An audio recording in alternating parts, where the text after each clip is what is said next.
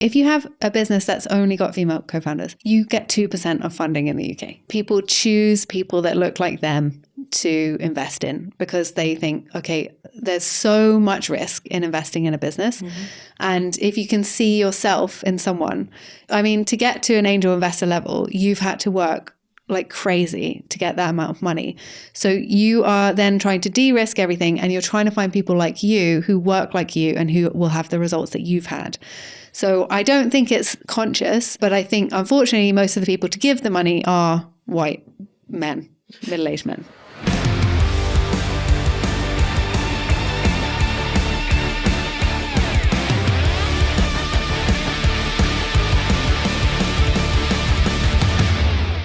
Charli Hunt, welcome to the HoLT Survivor Guide for Small Businesses. It's so good to see you. Thanks so much for having me on. And for anyone watching the video, they'll see that, again, Bronson has abandoned me today. He's decided to be Charli's emotional support dog for this podcast, but I'm going to try not to traumatise you too much.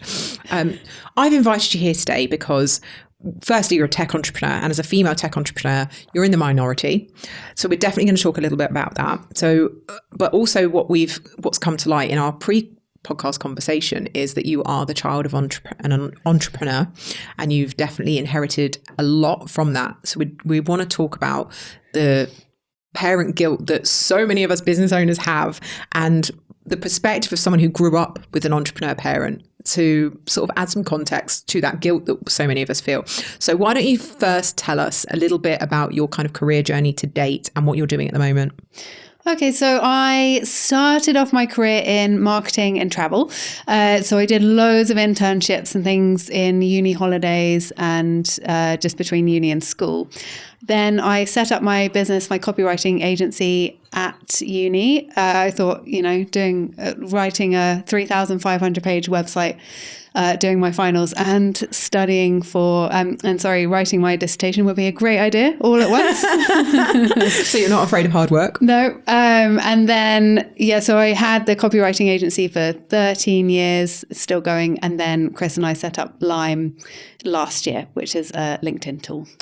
And I'm a big fan of Lime. And caveat, I'm not currently using Lime. And the only reason I'm not currently using Lime is because I haven't had the personal time to set it up. But I know so many of the members in the community are using it and loving it as a way to organize their contacts and regularly engage with those contacts and make sure that the engagement that they're putting out there is much more targeted and efficient rather than just scrolling the newsfeed hoping to see something that's relevant.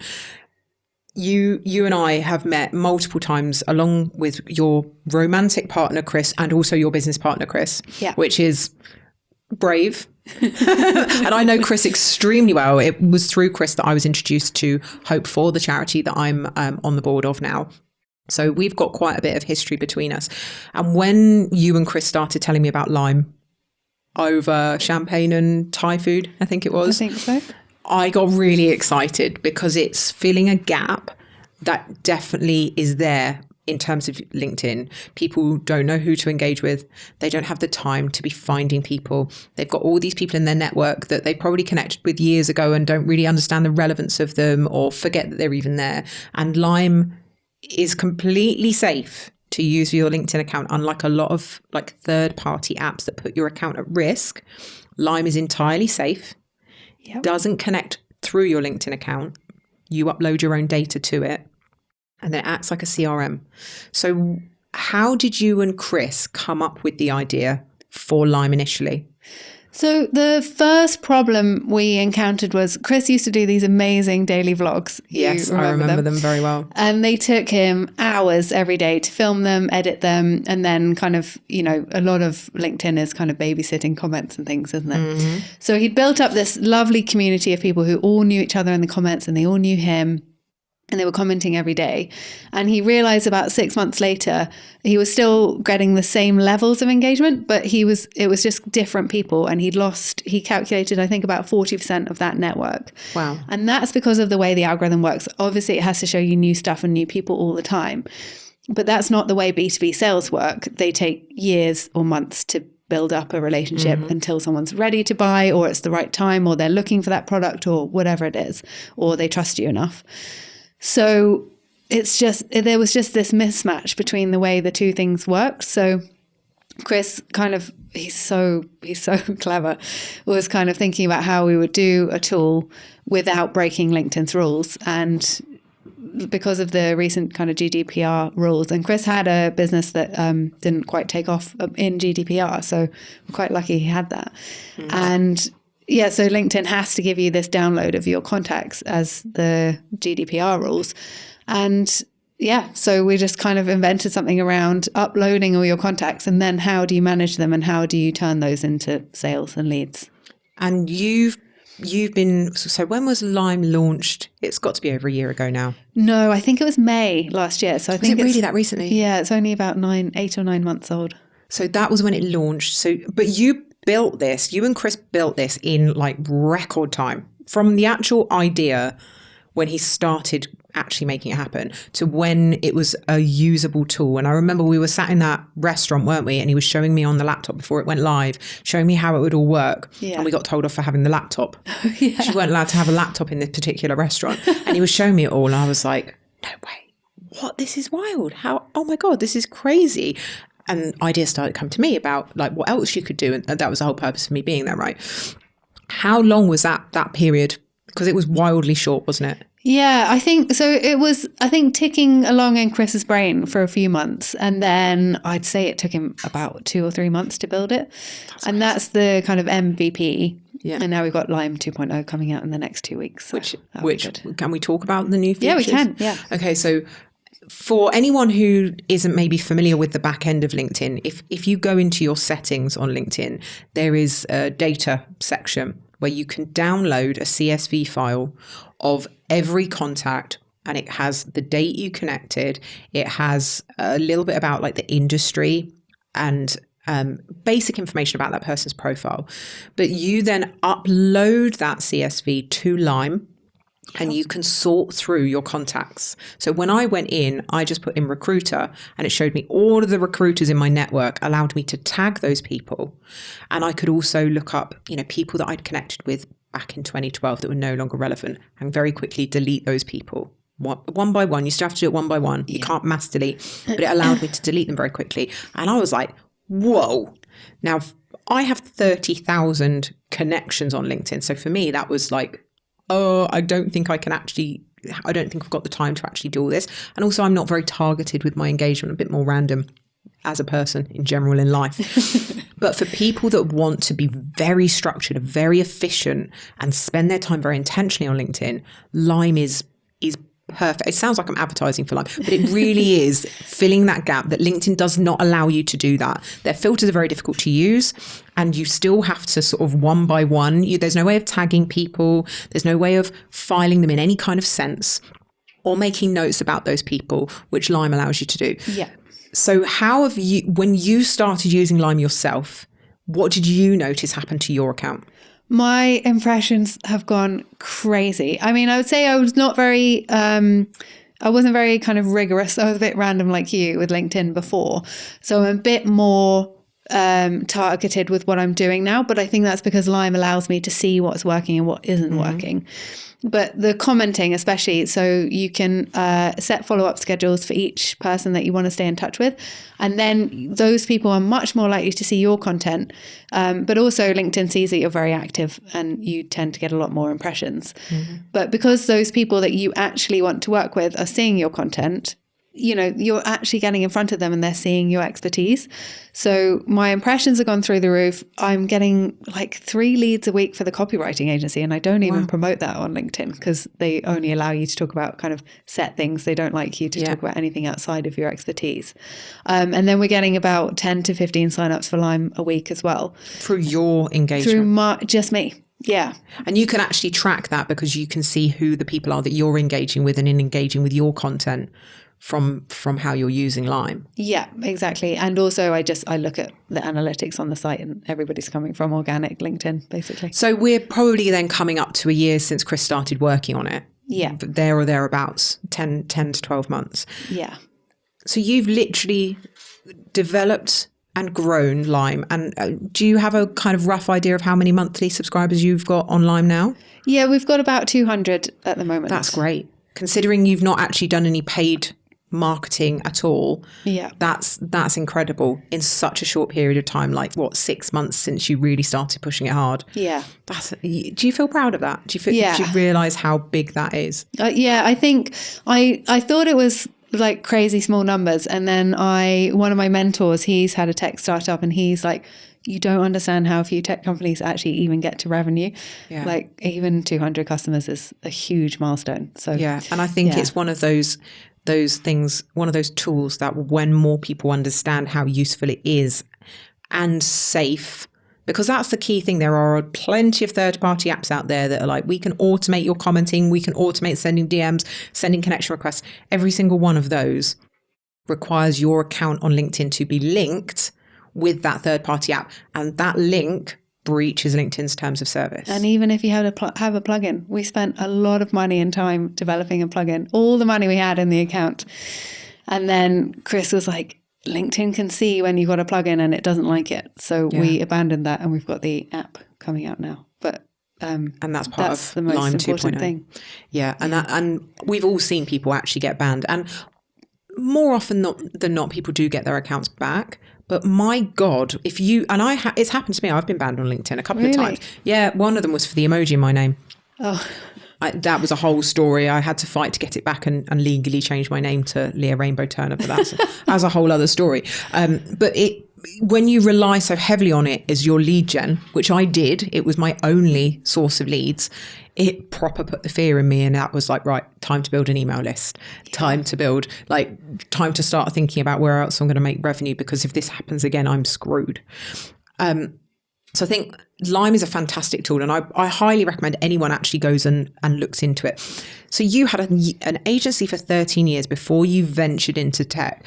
What were and you're lucky, I suppose, you're with a partner that's got experience in tech, so maybe the risk wasn't as scary for somebody who's out on their own deciding to start a tech company. Yeah. But tech's notoriously tough for women. Has there been any experiences that you've had while sort of pushing into the tech space that you feel have been because you're a woman? I think the interesting thing is, someone said to me the other day, oh, it'll be easy for you to get funding because you can go to all those women in tech things. And actually, if you have a business that's only got two female co-founders, you get 2% of funding in the UK. 2% of funding goes to that. So Chris, by partnering with me, has taken a bigger risk that he won't get any funding just because he has a female business partner. Why do you think that is? I think it's because people choose people that look like them to invest in, because they think, okay, there's so much risk in investing in a business. Mm-hmm. And if you can see yourself in someone, to get to an angel investor level, you've had to work like crazy to get that amount of money. So you are then trying to de-risk everything, and you're trying to find people like you who work like you and who will have the results that you've had. So I don't think it's conscious, but I think unfortunately most of the people to give the money are white men, middle-aged men. When I was venturing into a tech idea a few years back, and I was speaking with some people that were very experienced in that area. And one of the things that came up, and partly why I decided not to even consider taking it any further, was the fact that I'm a mum. So they basically said to me, look, if we're going to do this, the next 5 years of your life are going to be this and nothing else. And investors will not even entertain you because unless you show that you're committed. So you might have to give up everything else that you're doing and show commitment working full time. And I went, I don't want to do this, because my son's, at the time he was, I think 7. I was thinking, do I really want to spend 5 years of my son's only childhood glued in and out of an office, in and out of investor meetings, enslaved to whoever invests, and working my arse off trying to get something off the ground that is frankly huge and scary. And I went, I'm really not passionate. If it was something I was really massively passionate about, it probably would have been harder to say no, but it was very easy for me to walk away from and said, this is not my path. Yeah. And this is not how I want to spend my son's childhood. So I back that up. I don't think it's necessarily because we're women. It's because there's a chance that there will be something that comes along that's more important in this project. And if we look at single men, they'll be more single-minded, because I suppose it's assumed that if they have a child, somebody else is going to be caring for it primarily. And it's not right, and it's not certainly not the case for most people, but you can understand where that stereotype has come from for people to make those assumptions. So it is a really difficult space to get into. But excitingly, you've now got conversations going on with big companies about the future of Lime. Yeah. One of the things I think attracts people to tech is the huge potential, because you've obviously grown this very short period of time. It potentially could mean within the next couple of years, what you've created, you could sell. Yeah. And you could walk away with a large amount of money. We've all seen the situations happen, like Clubhouse boomed during COVID and the valuation on Clubhouse rocketed. And I don't know if I really don't know what happened next with Clubhouse, but you've seen even just, the crypto industry. We were all like, what the hell? Things would just skyrocket because they became popular or the idea was considered really valuable. It's very up and down. But do you think that's something that really draws people to tech? Is that potential for like legacy building amounts of money? Or do you think there's something else that really draws people into it? I think it's the money primarily, and it gets so much attention. So let's say with my agency, I could probably sell it for 1 to 2 times revenue. Mm-hmm. With a tech company, it's probably 10 to 20 times revenue. Wow. So it's just such a difference. Also, like we were talking about earlier, when you have an agency, you sell something and then you've got to deliver the work and you've got to keep delivering that work. Mm-hmm. Whereas you sell a piece of tech or a SaaS and people kind of keep coming back every month. And obviously you've got to make sure they're happy and you've got to keep developing the product, but you're developing that product for a lot of people. So you're not kind of having to keep one individual happy all the time. And you've got this critical mass. So with an agency, let's say you have 20 clients. If one of them drops out, that's 20. That's like a 20th of your business. What's that? 10%? No, 5% of your business. Mm. Whereas let's say a Lime customer leaves, that's a tiny, tiny proportion of our business. Yeah. So I think there's that. And I also think it's exciting. There's so many cool things happening. Yeah. But as you say, the barrier to entry is really hard because you need to have money to be able to hire someone to build it if you can't build it yourself. And I'm so lucky because Chris has he built his own computer when he was like 10 or something. He is like an actual, like, I always think of Chris as one of the most eccentric people I know, but in a lovely way, not like, peeing in the corner and losing his marbles. He's eccentric in a very traditionally English gentleman. Do you know what I mean? Like the very stereotypical version of an eccentric Englishman. Yeah. And he is a super, super genius when it comes to coding. He can build anything. Yeah. And he's literally said that to me as like, you have an idea for something and if it can be done with coding, I can do it. I'm like, I don't even understand what coding is properly. Like, never mind actually doing it. And it's magic. He is a magician as far as I'm concerned, witchcraft. Yeah. So you two have a perfectly combined set of skills because you're a marketer, you're a content writer, and you've used that and the people skills that you have. Because he's very charismatic, but you're much more like you engage with people in a more maybe straightforward way. And the two combined work so well to create what you've created. Yeah.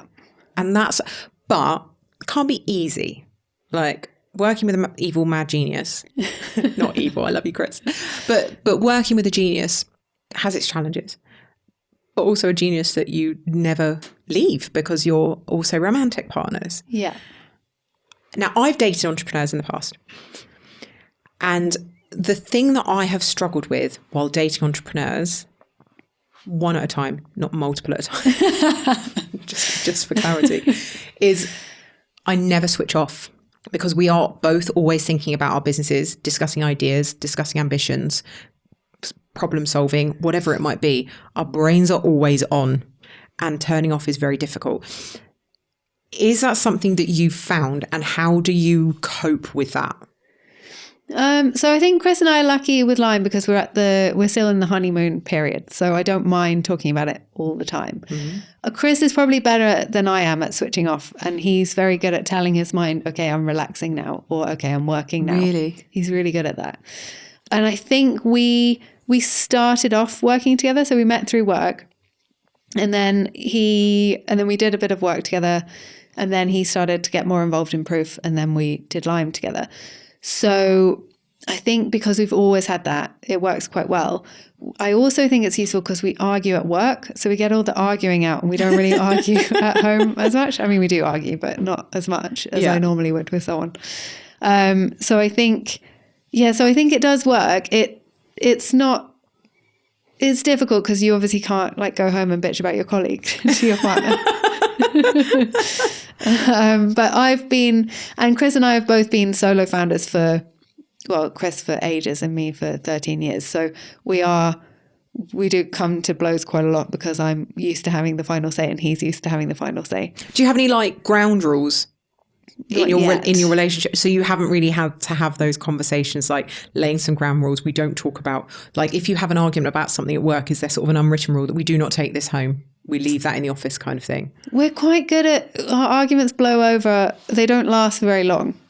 So I don't think I care about any of the small details enough that I would kind of carry it over an hour. Sounds like you've really got it nailed. I think we also having that balance. We don't live together, so it'll be interesting to see when we move in together if it becomes more difficult. Yeah, I suppose if you have that opportunity to sort of still be separate sometimes, that's really helpful. I think I would probably kill someone if I had to be, and it doesn't matter who it is, but working and living with somebody, I think I would probably do a murder. Yeah. I'm not sure I'm that patient of a person. Chris wants us to be together all the time, and I have to be like, I'm going to go out with my friends this evening.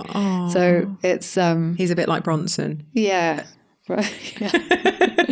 Just wants to be by your side, hugging all the time. And I'm like my dog. I need some space. But you need that balance. One, you have to have. If you're both like, I'm not saying you're clingy, but if both of you were to be like overly, you'd probably end up exploding, right? Yeah. It would. Or my last partner was really independent and I'm really independent. So you just never saw each other? We were like ships in the night. Yeah, so you need to have one of each to complement each other. I need to quickly interrupt our chat to tell you about our brilliant sponsor. Running your own business takes courage, dedication and hard work. And that's why over 100,000 small businesses and freelancers count on Kudos to protect what matters most. From professional indemnity and public liability to personal accident and income protection coverage, you'll only pay for the protection your business actually needs with no unnecessary extras. In a world of rising prices, Kudos has kept premiums steady for 8 years running. Plus, with their price match guarantee, you'll always get the best value without compromising on quality or service. Kudos understands that your business is more than just your work. It's your passion, your livelihood, and your future. Their policies and award-winning service are designed to give you complete peace of mind so you can focus on what you do best, running your business. Head to kudoscontractor.com to learn more and use code LEA10 at checkout to get 10% off your first policy, subject to eligibility. Now, back to the conversation. Now, let's talk a little bit about your childhood. And I don't want to go all Stephen Bartlett on you. Like, we're not trying to uncover your trauma and all of this. But I know that one thing that I have struggled with the entire time running a business, and I started my first business before my son was born, and I'm a solo mum. So it's just me and my son. It's only ever just been me and my son. But there have been periods where I've been exceptionally busy and I've really felt that parental guilt that I'm not doing enough for my son. I'm not spending enough time with him. There's too many times where I'm saying, babe, I can't, I'm busy. I'm sorry, darling, I'll do it in a minute. I just need to finish this thing. And almost making him less important than my business. And I carry that guilt, but I know I'm doing it for the right reasons. But your dad's been an entrepreneur your entire life. And your mum had a full-time job working in marketing. So we can see where your skills come from, right? What was your childhood like as the child of someone who worked a lot as an entrepreneur? So also my dad comes from a family of entrepreneurs. So it goes all the way back to my great-great-grandfather. Oh my gosh. So he started Foyle's, the bookshop in London. Wow. I'm pretty sure I've seen that in a LinkedIn post, actually. Oh, yeah, I think it's on my LinkedIn profile. Yeah, that's so cool. So I guess there's that kind of family heritage feeling to it. But I think growing up with an entrepreneur, it was so exciting. So I remember we would like ride our bikes at my dad's office at the weekend if he had to go in at the weekend. And like they had this cool big car park that we could ride our bikes in. So he'd like take us down there. I think my dad generally he's set a really bad example for me with choosing a partner, because he wakes up at 4, like he used to unload the dishwasher, walk the dog, go to work at like 5 a.m. He'd be back in time for bath time, walk the dog in the evening as well, cook for us. He was like, he was only 22 when I was born. So very young. He had that energy of a young parent. So I guess that's part of it. But I think it was just exciting. Like we got all these cool experiences. He worked in travel a lot. So we did a lot of traveling, which was amazing. But like around the dinner table, we'd get excited talking about things. When I was like 14, I think my aim was to be on Charles Saatchi's speed dial. That was my aim in life. I mean, that's wild. And then when I was 15, I wrote my first business plan. I just remember like my dad would work in the dining room. It was so exciting in there, all those things. And then when I was 17, he paid me like £3 an hour to write this, to type up all these lists of potential investors for a company he was starting. And it was just, I think if you get your kids involved, it's so exciting. And like, how cool to be able to show them that they can do whatever they want to do. And like, if you want to be, my dad really wanted me to do a job like lawyer or doctor, like a really safe job, because I guess he's seen the ups and downs. But I mean, we're really lucky. Like my dad is really good at making money, and he's also had periods where we've had really no money. And I think both of those things give you such a great kind of experience. Yeah. I mean, at the time, not so good. But in hindsight, you go, wow, well, I picked up these really incredible life lessons from that. Yeah. The only thing was like after my parents got divorced, my dad had a very public company failure. So he had an airline that he had to raise a lot of money for. And seeing him like on the floor like that was horrible. Yeah. But it's a great life lesson because he picked himself up again. And like, that's the lesson, not really the shit bit. Yeah. And that you can look at it like that. And you know, we've talked a few times on this podcast about the sort of what you can take from the crappy times. And if there's always a lesson to be taken, and you can sort of look at that experience and go, yeah, it was shit, but I am grateful that it happened because I got this out of it. You don't have to be okay with it having happened, but you can still find something to be grateful for that you've taken forward. And it kind of almost makes it worth going through when you can take something positive from it. It also makes a great story later on. Well, this is it, isn't it? And I remember having a whole conversation with, I think it was Dan Kelsall, about the most interesting marketers are the people that have had the most varied life experience, because you can empathize with a wide variety of people. You can put yourself in other people's shoes so much better. So is there anything that you remember, like, because I'm always worried with my son that he's thinking, you know, I wish mum had more time to play with me. I wish mum would do this. I'm much better now. My work-life balance with him is so much better, and it's become a priority, but probably only in the last year I've been able to do that. And like you, my son's had some really amazing opportunities to travel and have experiences with me as a result of my work. But I'm always thinking, like, is he going to grow up and be remembering all of those times I wasn't there? Do you remember times and think, like, are there parts of your childhood where you almost regret them, or you're maybe resentful of your dad for not being around enough? I really can't think of anything. I don't think I am. And to be honest, my friends in London who work like 9-to-5 jobs, it's not really 9 to 5, and they feel more pressure to go into the office. So they're even if you are working, you're still with your kid at home. So they have to have childcare. They have to put their kids in after school clubs. They're so stressed. And I think probably everyone's just really stressed when you have kids and you want a career. Like feminism obviously is amazing, but we've built this weird prison for ourselves where women are still doing the majority of the stuff at home, and they're still responsible for the majority of the childcare, but they also want to be working full time. And we're shouldering the guilt for doing neither of them to the best of our ability. Yeah, so we've got 2 full-time jobs, and we've built a society and a work life based on the fact that one person would be at work and one person would be at home. And now we're having to do both of those things in the same amount of hours. So and even if it wasn't for feminism and us, women wanting to work more, we can't afford to live without 2 incomes these days. Exactly. Or, it's very difficult to afford to buy a house and pay all the bills on one salary. Yeah. So it's difficult. I think parenting is always difficult. It doesn't matter what situation you're in, it's always going to be difficult. But I know personally, as a business owner, as a mum trying to grow a business, trying to provide enough for his future, but also balancing his needs, I'm just constantly thinking, I'm not doing enough for him. I'm not there enough for him. I could be doing better. And it's always in the back of my head. Even when I know I'm doing my absolute best, there's still that voice going, yeah, but what about this? Like, I missed one sports day. It was an event that had been booked for months in advance. And it was like, there was people flying in from Europe to attend this thing. And I was there. And the reason a lot of them were flying in was for the training I was given. So this company had spent tons of money on flying people in. And the school emailed me its sports day with like 2 weeks notice. I was like, I can't go that day. Like, there's literally, I can't do anything about this. I cannot cancel. It would be career suicide, or it certainly felt like it would be career suicide. So I didn't go. And, I got a friend of mine was there cheering Dexter on instead. But oh my God, did I punish myself? I felt like the worst human ever. And I've been at every other one. In, his whole life, I've been at every other one, all the school plays, all the Christmas concerts, all of that. But that one thing I punished myself for.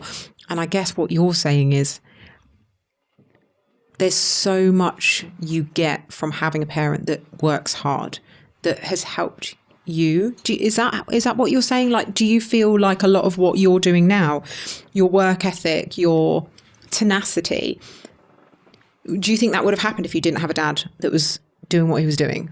I don't know. It's really hard to say. Like, you don't really know what your life would look like if something hadn't happened. But I think, watching someone A, do like work that hard, but B, do what they want to do and take risks and push boundaries. And then it all be okay in the end. I don't know if you would have that. I don't know if I would have that if I hadn't watched my dad do it. Passionate about what he's doing, right? But I think there was a study I read recently that about children of working mums versus children of mums who stayed at home, and the kids of working mums are happier in general because they've got a parent that's happy and has their own thing. And that's important. I mean, in any relationship, having our own space to do our own things and maintaining who we are is really important, right? And I know that definitely in the first few years after I had my son, that I definitely felt like I lost myself.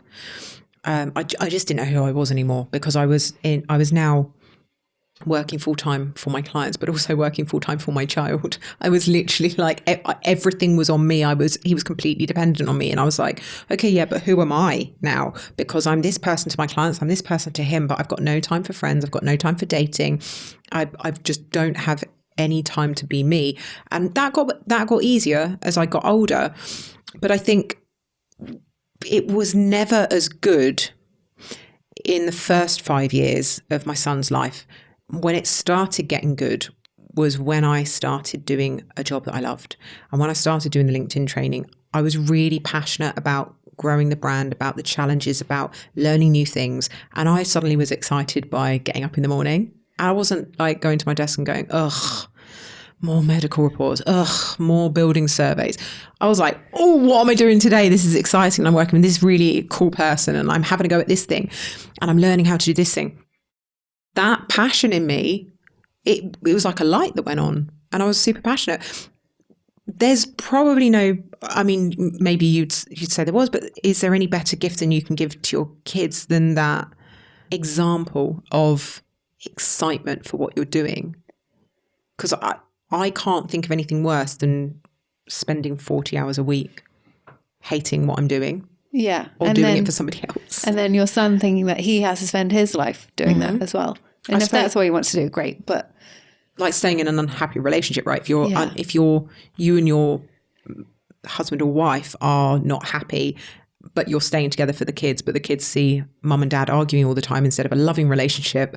And it might sound a little bit brutal, but you're probably doing more damage to your child for their future because they think that's what marriage is like. So then when they go seeking a partner, they think that's normal. Yeah. They think that's what marriage is. And you've got these weird wirings in your brain now that well, it's okay if he shouts at me because that's what my mum and dad did. They shouted at each other all the time. That's just what marriage is. It's like, no, hopefully it shouldn't be what marriage is like. I know there's lots of people that is what marriage is like, but it's that example that you're setting. So I know Chris has already got children, but do you think like when the time comes for you, because, and I'm not assuming this, we have had a conversation that is something that you want in your future. How do you see your life juggling the two?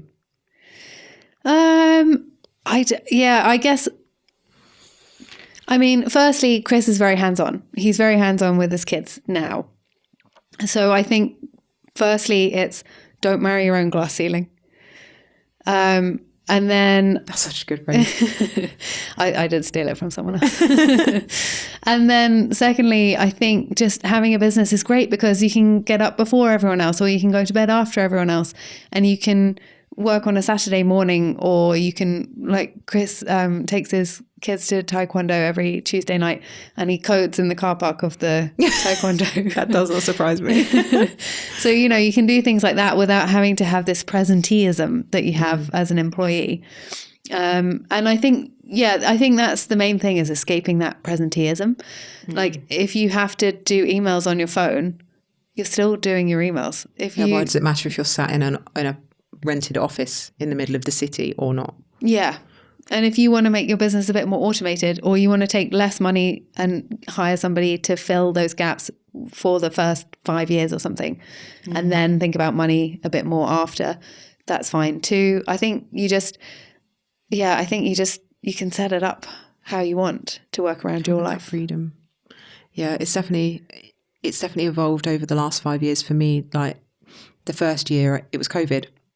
So my God, did I work? But what else did I do? I couldn't go out of the house. It was when he was asleep. It was, I'm bored. I'm lonely. Let's get some work done. Let's earn some money. I may as well graft while I've got nothing better to do. But definitely as he's got a little bit older and his own social life has developed, it's put more demands on me. But actually, I've finally got my business to a place where I can be a little bit less there in the office constantly on everything because I've got a team and things like that. It's just, I think it's an interesting perspective because I like thinking about all of the working parents that will be listening to us, especially the ones that are sort of maybe in a full-time job or maybe they're on maternity leave and they're thinking, I don't want to go back to my full-time job. Maybe I could start a side hustle. Maybe I don't have to work for somebody else all the time, but also thinking, oh my God, but my family, it's going to be really hard for the first few years to get the business off the ground and it's going to take away from time with my child and oh my God, they're going to hate me and I'm going to be a bad mum for doing that or a bad dad. There's so many things that go through our heads, and I think that message for me is that actually it's not that deep for so many children. My son says to me all the time, he's like, I'm going to start a business when I'm older. I'm going to listen to all your podcast episodes, mummy, because when I'm done being a professional footballer, I can start my own business. I'm like, all right, okay. Yeah. Professional footballer better go well though, because that's my retirement plan. He's already told me that. He's like, I'll look after you, mum, when I'm a Premier League footballer. But it's interesting to hear that. And I was excited when you told me that you were the child of an entrepreneur. Because I was just like, oh, suddenly this episode's got a different dimension to it, because I'm personally fascinated in that. And I love to hear from other people that have grown up in that. I didn't grow up in that environment. My family were not entrepreneurs. I didn't have that example. And God, it took me so long to get there, to even think of it as an option. Whereas you came out of uni, before you'd even left uni, you'd started a business and you had the guts to do that. Do you think it's made you much more of a, I know you've mentioned it made you more of a risk taker, you're much more comfortable with risk. Has that come from your dad as well? Definitely. My mom's a big risk taker as well. I mean, she's always getting into fights with people about just not doing things conventionally. I love that though. Yeah. I mean, well, obviously I would love it. I'm not really a conventional kind of person. So how's that lent itself to your business? I think with a business, you've got to take the risk. And I think you have to very often just jump first and then worry about it later. The thing I would say, so I've started a business at 22 and I've started a business at 35. So the business I started, 34, sorry. So the business I started when I was 22, I had no mortgage. I had student loan, and I'm pretty good at just existing off very little money. So I had no risk really. And that was the perfect time to start a business. Yeah. It was a bit riskier this time round because I've got a mortgage. I have to pay for my dog. Like I was fairly comfortable with the copywriting agency. And if I have to get a normal job, I don't know what I'll do with my dog in the day because he doesn't like other people. So it's unlike mine. Yeah. So I think there's, definitely things build up and it becomes more and more difficult to take the risk. But on the flip side, when I had my business, when I first started my copywriting agency, I was a lot slower with things because I didn't have the risk to worry about. And I knew I could cover my 800 quid a month rent in London and then a couple of bits and bobs on the top of that. Now I know, like, shit, if I can't pay my mortgage, like all that money I saved up to put into the flat goes. So I do things a lot quicker, and I know I have a fire lit under me, I would say. So but you've got the skills to do things quicker as well now, right? Because you've got 13 years more of life experience. Yeah, and I've got the network and the, I kind of just know how things work a little bit, and I know you just try things for a couple of months. If it doesn't work, move on to the next thing. Yeah. So I do think that helps, but I think it's the fact I've taken a bigger risk is I need to be like, right, this needs to pay off quite quickly. Yeah. So everything is going into it, and if it doesn't work, right, what's the next idea? Yeah. So there's no time or space for procrastination. There's no denying though that running your own business, growing your own thing is constantly exciting. Yeah. Even the bits where it's a bit crap and you're a bit worried and anxious, still exciting. Yeah. And I don't think I could ever give that up. Even if my businesses make it hugely successful and I end up retiring very, very rich, I don't think I could stop. No. It's like a disease. I read an article by the founder of Loom. He sold it and he's had a year off and he's like, I don't know what to do with myself. I'm really bored and really rich. It's like that gold medal depression, isn't it? Like that people spend their entire lives trying to achieve the thing, the big goal, and then they achieve it and they're like, oh, what now? Yeah. And I don't ever want to be that. I can't, I'll open a dog rescue centre or something like that. That's what I was thinking. Yeah. I'll probably try to do something in food tech because I think food is a big problem at the moment. So something like maybe not as lucrative, but, still interesting and challenging. That. So I would urge anybody who's enjoyed this episode and gone, oh, Lime, that sounds interesting. Go to Lime. What's the website address? Is thelime.one. thelime.one. I was going to say, is it the.lime.one? Or I can't remember these things, but do go and try it out if you're struggling with your LinkedIn engagement and you want to boost your impressions without putting your account at risk. But just give Charli a follow in general, because the content that you're putting out is fascinating, and it's really lovely to be able to follow the journey of Lime from the beginning and to see where it's going to take you. So thank you for coming up here and being on the podcast. Thank you so much for having me, Leah. It's been great. Supporting small business owners is my biggest passion, and that's what my membership community, the HoLT, is all about. Inside the HoLT are more than 150 masterclasses from experts in every business skill you could ever want, and we add more every single month. There are also sales clinics, tech clinics, wellbeing support and advice, and discounts on a huge range of software and services. But it's so much more than just trainings and resources. Everyone inside the HoLT shares their years of knowledge and experience generously, with kindness and without judgment. They're super active, the chat channels are buzzing, and it's like having 600 business cheerleaders in your pocket, willing you to succeed and helping you wherever they can. And we offer all of this and much more at an extremely low price, because we know that budgets are tight when you're bootstrapping a business. The HoLT is a kind, inclusive and non-judgmental place where everyone knows that working together is the fastest way to succeed, and it makes it a whole lot more fun. We would love for you to join us. You can check out the full details on the-HoLT.com. Or if communities aren't really your vibe and you just want access to the hundreds of expert masterclass recordings with a combined value of more than £10,000, you can access the Vault right now for just £20 per month. The Vault is all the masterclasses with none of the chat or distractions, just pure value. Visit the-HoLT.com/Vault to sign up and start binging your way through brilliant trainings from leading experts.